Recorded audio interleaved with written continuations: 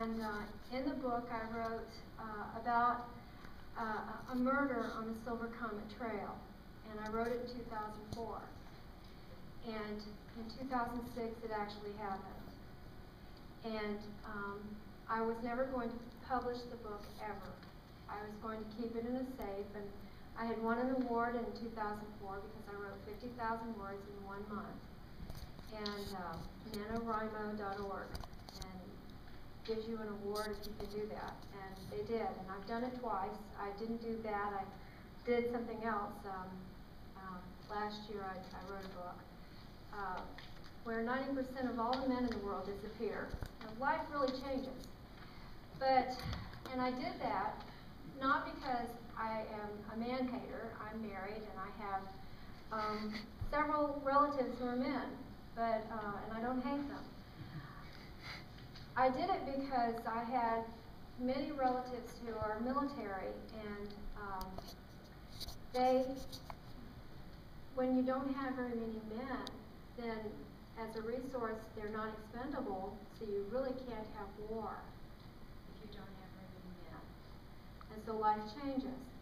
I did want to say this, that as far as the buddy system goes, my buddy system experience started at the age of 18 months. With this bottle, something that looked a lot like this, except much prettier. It had more red, and it had more pretty royal blue on it, and it had a nipple that was red. And I remember drinking it, and I knew I was in trouble because it made me feel bad. And I remember getting on the toilet, getting on the sink, getting out of the medicine cabinet, and drinking it, and then hiding under a bed at my grandmother's house. And there was a doctor who made house visits. I think that needs to come back, but how can that happen? But I do think it needs to come back.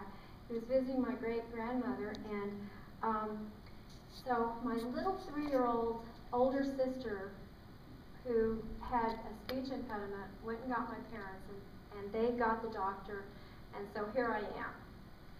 And in 2004, I was walking on the Silver Comet Trail, and I saw a man walking towards me. My car was the only car parked in the parking lot, and I knew no one was behind me. And instead of walking towards him at mile marker 16, I turned around, went home, took an FBI awareness training course on self-defense and awareness, put that in the book, made it in large print so it would be targeted towards grandparents, because who listens to their parents? But we all listen to our grandparents. It takes 5 times at least, maybe 7, for us to listen to our parents. They have to say it so many times. But grandma or grandpa says something, and you hear it the first time. Why? Because they give you the cookies. They love you. You know, and they're old. You have to. And so when I speak to children, I always say, I'm old. You have to listen. So, and it works. And once they hear that old word, they, oh yeah, okay, yeah, I get it. So anyway, in the back of the book, I have something interesting. I have a website called JustYellFire.com, where 2 15-year-old teenagers that are just so precious teach you how to gouge somebody's eyes out with 3 fingers, teach you how to pull an ear off with 8 pounds of pressure, and then they bleed profusely from the head wound, and then teach you how, instead of to kick somebody in the groin, to put your leg between the person's leg and then bring your foot towards you so that they're racked. And you might think, Charlotte, you're a chaplain, you're sweet. Yes, but Jenny Hewing was a grandmother. Oh no, not a grandmother. She was 53, and she was murdered on the Silver Comet Trail. She was alone. She wasn't using the buddy system. Jenny Hewing was a mother and an athlete. And I don't know what kind of weapon she had. I do know that I have, oops, it fell off. I have a keychain with about 6 or 7 things on it, and if I can't find it in this bottomless pit that I call a black bag, yes, it's going to fall off again. I think I'm going to put it in the pocket. Sometimes the clip is not as important as the pocket. Okay, so this is what I carry around, and I'm not a scaredy cat. I'm really not. I don't like, oh gee, life is going to, hurt me if I go out the door. I'm not like that at all. In fact, I have always been a hiker by myself until 2004. Then I changed my mind. It's just not worth it to walk towards a stranger in the middle of the woods. On my wedding day, I went for a walk with my nephew, and this is not real. Y'all can tell. Does anybody want to hold it? No? Okay. Well. Anyway, I encountered a rattlesnake much larger than this with my nephew. But, nothing happened to me. I still had to get married. And I'm very happy I'm married. He's back there. But I have all of these tools right here, and I can use them all. The whistle, the Kubaton, the knife, and I can use this as a Kubaton. The alarm thing on the clicker if my car is near. And a whistle, I did mention that. And I don't know what else I have here. I have a huge array of things that I could use if I wanted to. I have my voice. I can scream. I can say, just yell fire. I can also sing 3½ octaves. I was on a school bus during desegregation, and we had 50 black girls and 8 white girls, and I was hit several times and yelled at several times from one girl, and I was doing the peace thing where I was quiet, and I was not going to respond, and I was just, okay, I'm just going to accept it. And what happened is there was a girl named Renee who couldn't do that, and so what she did is she fought, and she had her hair torn out.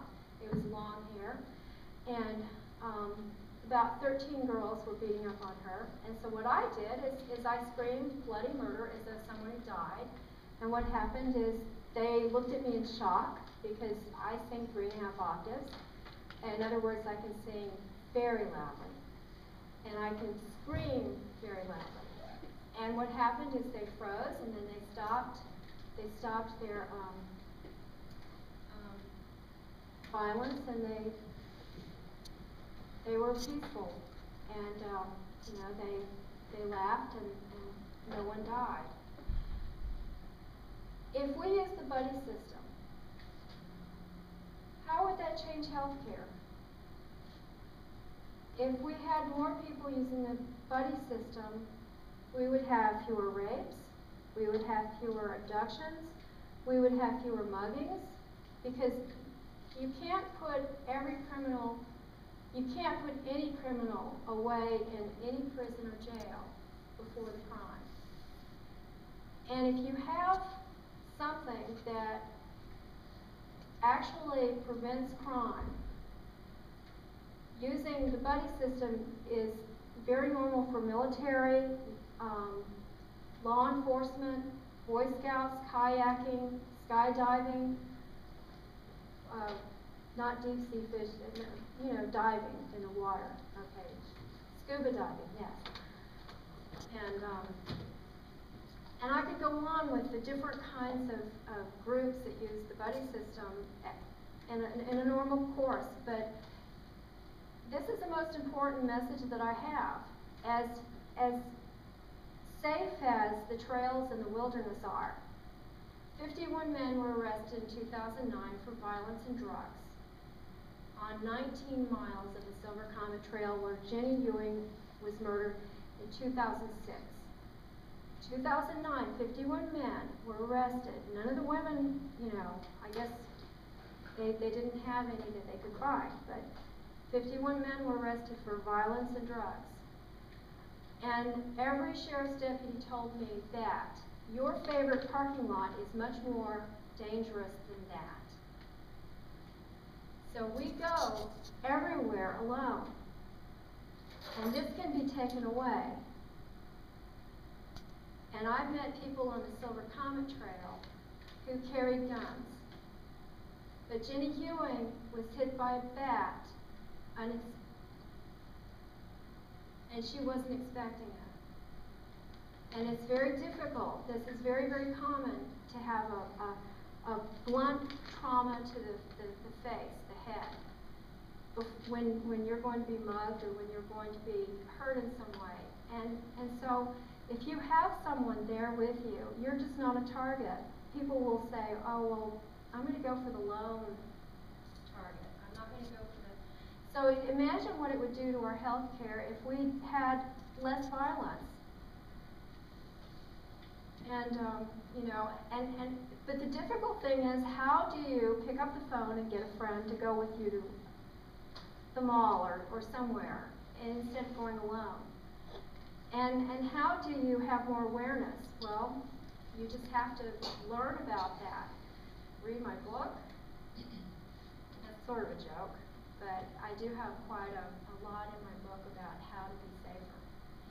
And tell your grandchildren, or tell people who actually listen to you about ways that can be, encouraging them to have someone with them. Because we live in such a solitary society where everyone has a car and everyone does everything alone. And that's fine most of the time, but too many times we have people who are vulnerable. I do want to say this. When I first started working on the Silver Comet Trail talking about the buddy system, I was not an expert, and I still am not an expert on it. It is still very difficult for me to pick up the phone and get someone to go to the movies with me. It is still very difficult for me to go shopping with someone because I'm a writer and I'm very isolated. And so it's a challenge to encourage people around you to have someone. And I don't know the answer. It's not social media, because I've tried my very best to use social media, and people are fine on the computer, but actually getting in a car and meeting somebody, I don't know whether it's because of meeting someone with social media or, but I've got a neighbor across the street who won't do anything with me, and she and I are Facebook friends. So it's like, it's really a challenge in our society to do things together.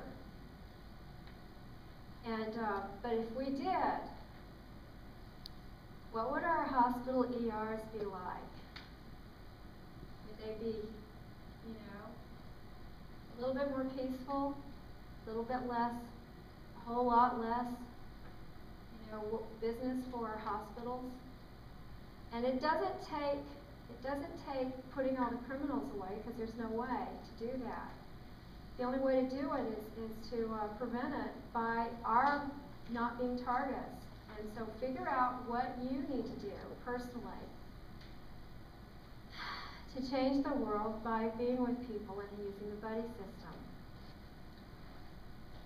And that's not an easy challenge for any of us. Thank you.